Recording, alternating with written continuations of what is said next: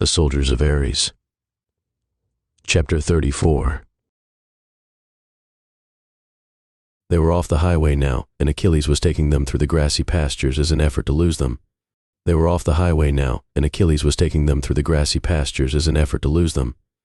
it was no use. 4 jeeps were on their tails spraying them with bullets. The ram tank wasn't in sight just yet, but they were sure it wasn't far behind.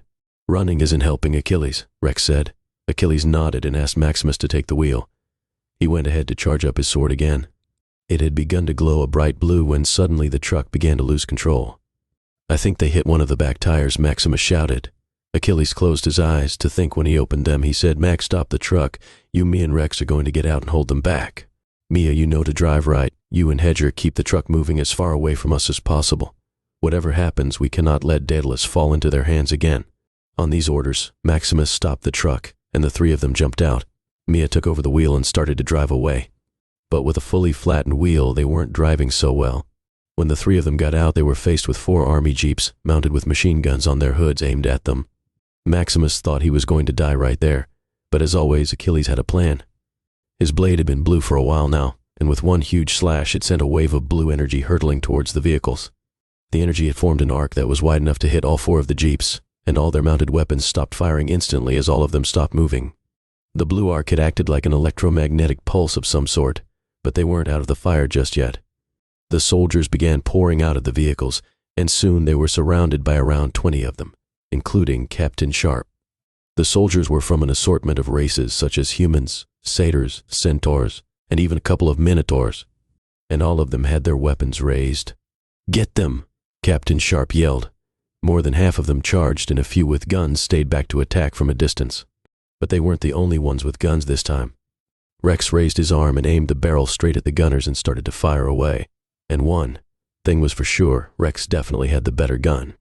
It fired yellow balls of energy that gave off mini explosions on contact, and soon the gunners were running for cover. With bullets out of the way, Maximus and Achilles were left to handle the rest of the soldiers. They began the fight, the 2 of them against around 15 of Mars's finest. Achilles was easily keeping up with them as usual, and to Max's surprise, so was he. It looked like all the training had really paid off, and he was able to handle 3 soldiers at once. Achilles wasn't fooling around this time either. Around him, 5 soldiers were already down and out. Captain Sharp had pulled out her yellow energy-tipped spear again, and she too started to face off against Achilles. But he still held his own, without much trouble now, although that's when they heard a rumble behind them as the RAM tank had finally caught up. The lights from the RAM tank lit up the night as it drove towards them, its dual barrels aimed and ready to fire. Maximus was still too busy with the soldiers on him to even think about this now. Suddenly, Achilles broke away from the attackers and came to his side. "I'll take care of the soldiers. You get to Rex and make sure that the tank does not get past us." Maximus nodded and made a run for it towards Rex. A few of the soldiers tried chasing after him but were stopped by Achilles. Achilles, on the other hand, had around 10 attackers, along with Captain Sharp on him now, and somehow he was still untouched. Maximus was a different story.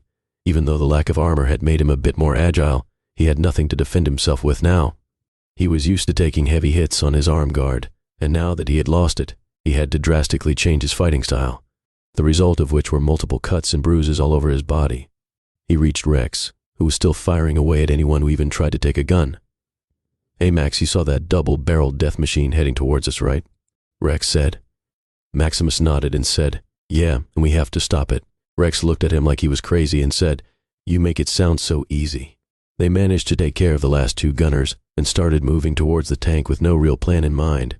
That was when they saw it. There was something moving in from behind the tank and now quickly overtaking it.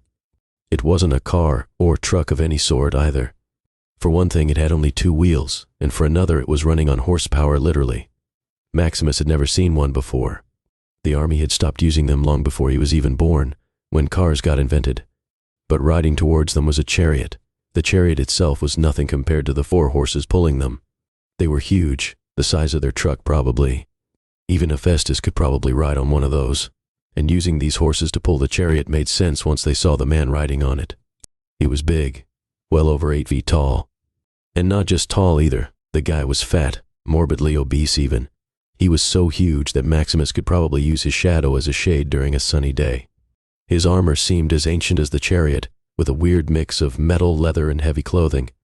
He also had a bearskin tied around his neck like a scarf of some sort, with the bear's head resting on his shoulder. And his face matched that of the bear's a bit too. His entire face and head were covered in thick black hair that seemed to have never been cut in his life. It was also braided in odd places with what looked like tiny bone fragments. He also had the biggest battle axe Maximus had ever seen, strapped to his back. One clean sweep from that thing could make oak trees fall. The chariot rode faster now, gaining speed, but when it reached them it did not stop. Instead, it just rode past them towards the skirmish in which Achilles was in, and came to a halt. As the huge man stepped down from his chariot, the only thing Maximus could think was that the champion Diomedes sure did go to a lot of trouble to look the part of the barbarian king. This has been a chapter from Book 1 of the new World Odyssey series, The Soldiers of Ares. Links to the books in the bio. Thanks for listening. If you enjoyed this chapter, don't forget to like, share, comment, and subscribe for more. Hit the notification bell so you never miss an upload.